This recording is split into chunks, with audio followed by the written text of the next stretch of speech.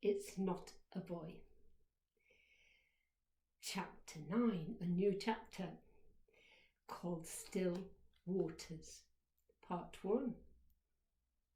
After our trip to the seaside, Dad was very surprised to see that Mr. Fox came back married to the ice cream lady, and he said that still waters run deep, because Mr. Fox was usually very quiet and just sat about doing nothing, and then suddenly he did something that took you by surprise.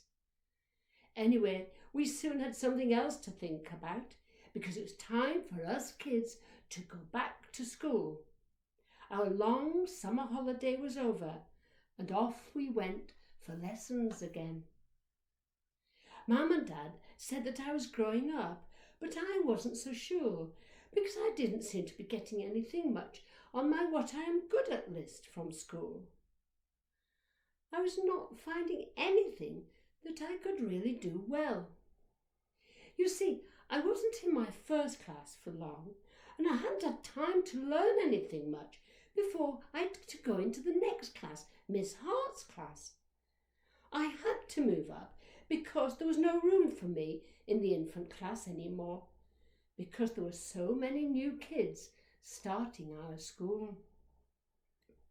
I didn't mind moving up to Miss Hart's class though, because she was so kind to me, and not at all like our first teacher, who was always so strict. That teacher had not liked me from the first day, because, as you know, I pushed Charlie Fox, and it wasn't fair that I got into trouble because he pushed me first. Miss Hart would have taken my side straight away because she liked me, but my infant teacher didn't. As well as liking me, Miss Hart had decided that I was too delicate for lessons, and said that I needn't do much work because I'd been poorly as a baby and was not strong enough. She said that I could go outside and play and get some good fresh air in my lungs any time I wanted. And I wanted to quite a lot of times. So you see, I didn't learn very much and didn't get good at anything in Miss Hart's class. I hardly did any lessons at all. Then Miss Hart started bringing me an orange every day, because she said I needed building up and oranges would make me strong. She didn't have any kids of her own because she wasn't married, and everybody liked to have somebody or something to look after. So she sort of claimed me as her own when I was at school. I suppose it was a bit like that mongrel dog on a string that Charlie had claimed as his own at Scarborough. Anyway, whatever the reason, I loved the oranges she brought me. I'd never had oranges before. At our house, all the fruit we ever had was in our orchard.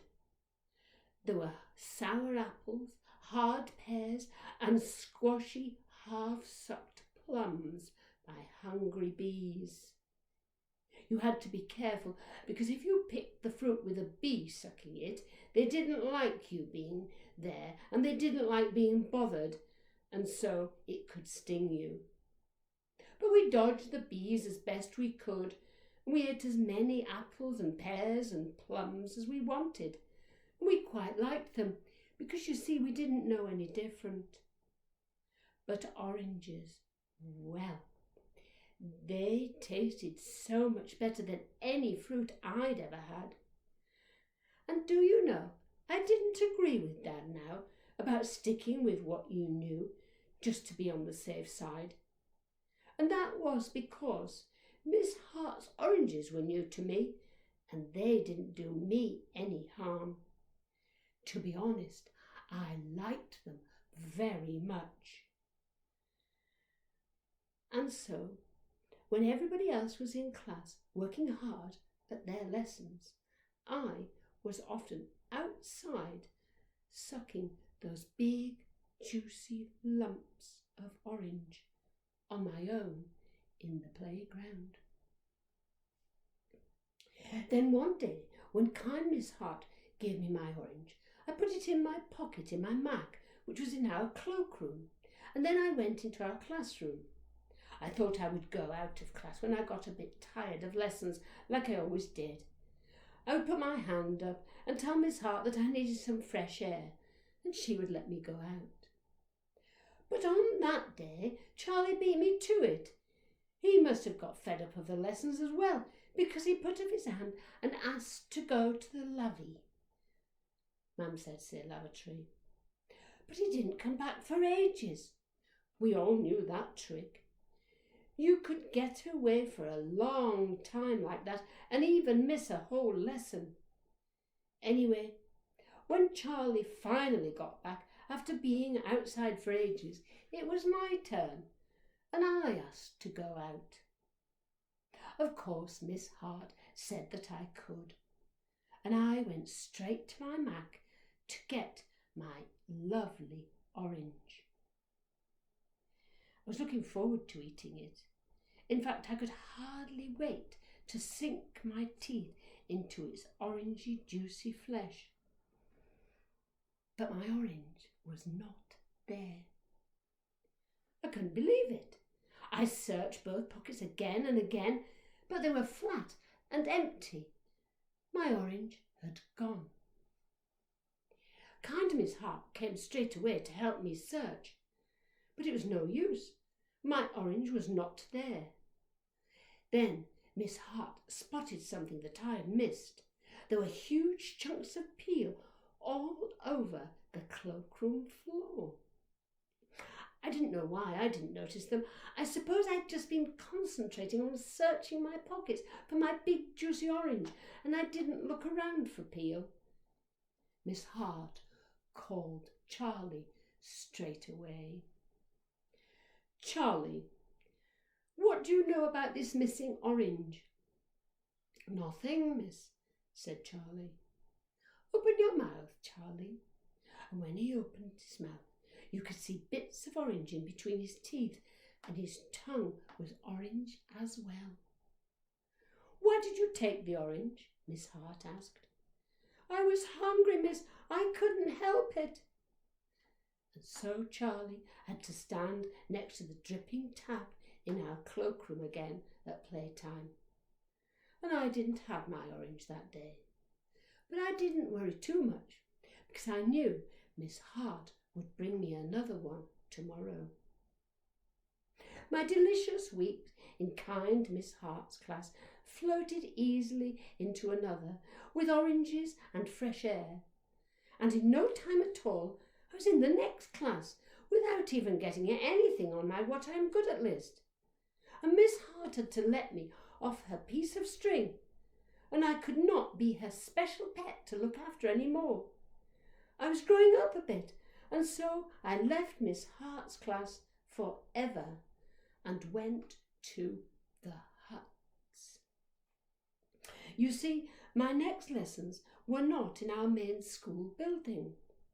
Our school was by now even more full of kids, and there was no room for our class.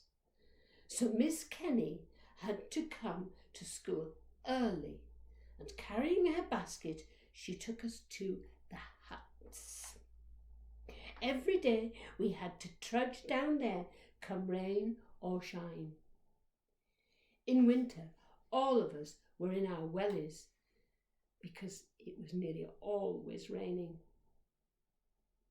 My dad bought me some new ones from our cobblers in Ringham, and they were a size too big, so I could grow into them. We walked through Ringham every day and past the end of Green Lane on our way to the huts. They'd been used by the army in the war. They were old grey sheds with rusty metal windows, and they stood in some forgotten, overgrown, rough land where there were all sorts of wild flowers tumbling about. It was not at all like our main school. Most of the huts were derelict, And then there was a row of labs. And then there was our hut classroom, with some boarded up windows and smoky stove in the corner. All in all, you would think that it would be a horrible place to go to, but it wasn't. The huts was a lovely secret place where our class went every day and hid away. Our new teacher was Mr. Gray, and he was very gentle, a bit like Miss Hart, except that he didn't bring me oranges. In fact, he didn't seem to even notice me. I don't think he noticed any of us much at all. And nobody from our main school even seemed to remember that our class was there until Miss Kenny came with a basket to collect us at home time and walk us back through Ringham to catch our bus. We more or less seemed to be able to please ourselves all day long. And that's when something happened that shouldn't have.